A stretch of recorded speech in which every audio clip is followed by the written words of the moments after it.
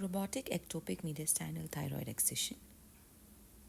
41-year-old female with the right paratracheal mass. Bronchoscopic FNAC showed a follicular lesion, Bethesda 3. Core biopsy showed a nodular goiter. Ultrasound of the neck showed a normal thyroid gland. Tumor markers and thyroid function tests were normal. Contrast CT of the thorax showed a right paratracheal mass with prominent arterial supply from right subclavian artery and abutting the trachea and SVC. This is the chest X-ray where the mass was incidentally detected, the right paratracheal region, following which a CT was done. This is the axial view of the CT showing a right paratracheal mass abutting the trachea and the SVC. In coronal section, we can see that there are some loss of fat plane with the trachea as well as the SVC. Patient under general anesthesia with a double lumen tube with the right lung collapsed is placed in supine position with the arm slightly abducted and extended.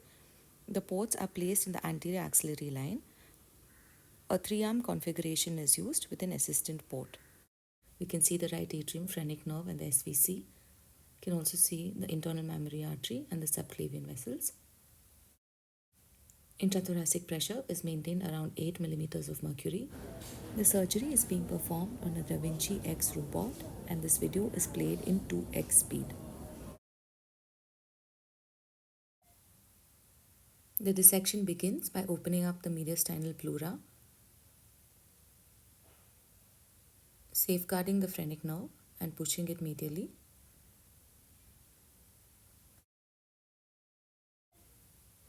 We've taken monopolar scissors in the right hand and a bipolar Maryland in the left hand.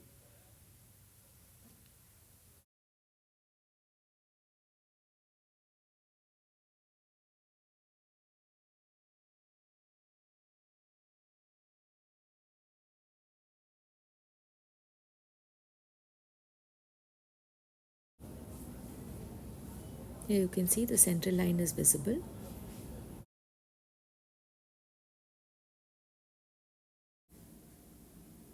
The tumor is circumferentially separated from the facial layers.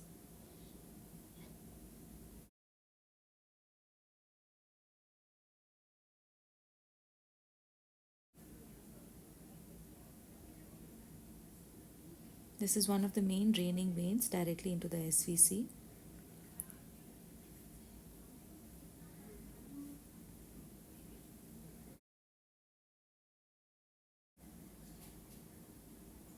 The vein is dissected, double clipped towards the patient side and divided.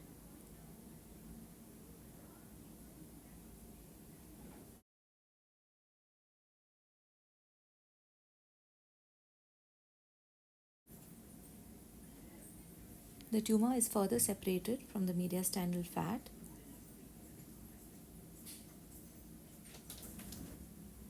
The right bronchus becomes visible now. You can see another major draining vein.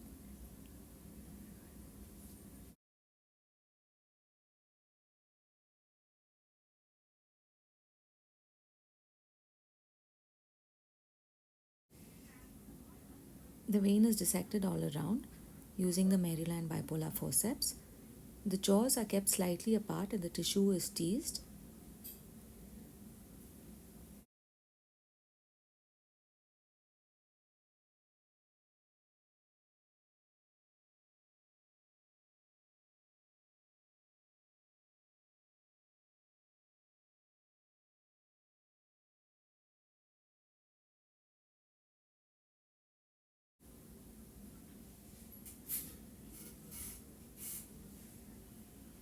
The vein is clipped and divided. As the venous outflow is divided, the tumor becomes more congested.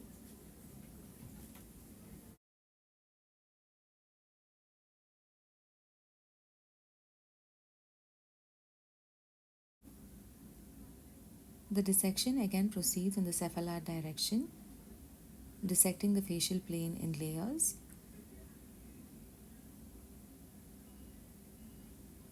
As you can see here, the planes of the SVC is well maintained, so the imaging can be misleading at times.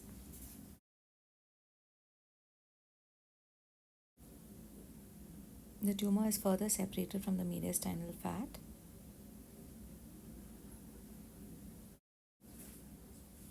The smaller draining veins that are visualized are dissected, clipped, and divided.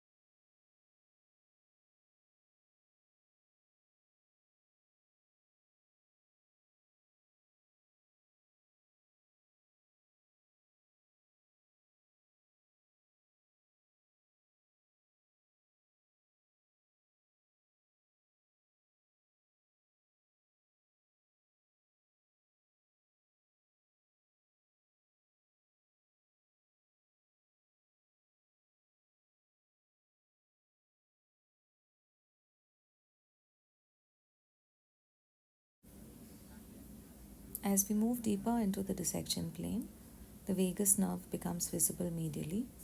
You can see the congested vessels on the tumor.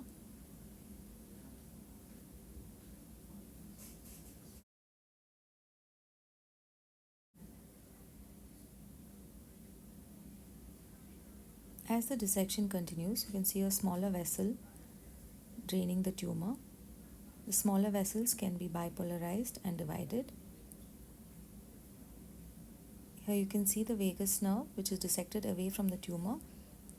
Care is taken to dissect the tumor by preserving the nerve. The arterial supply from the subclavian artery.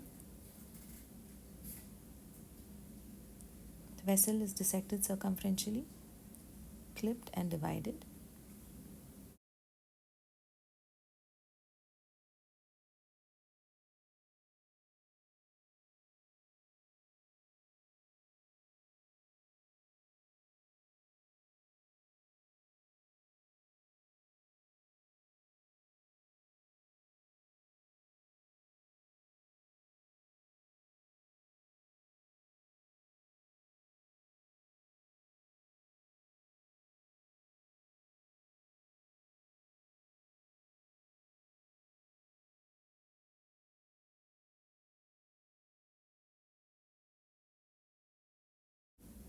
Once all the vessels supplying the tumor are divided, the tumor is separated from the fascia from the mediastinum.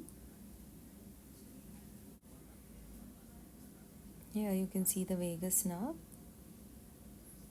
and the subclavian artery anteriorly, and the tumor has been successfully separated from these structures, preserving them.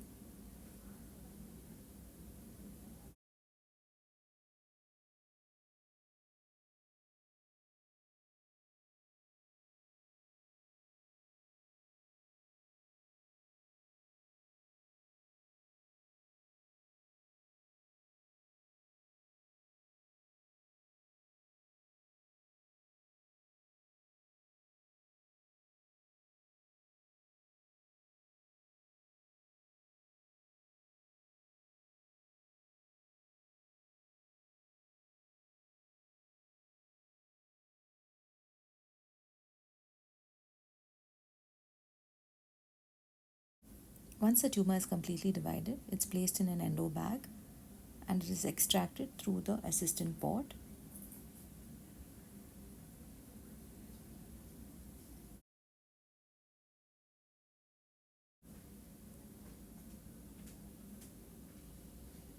The tumor bed is checked for hemostasis. The structures are visible again: subclavian artery, the right lobe of the lung, the divided vessels, the vagus nerve.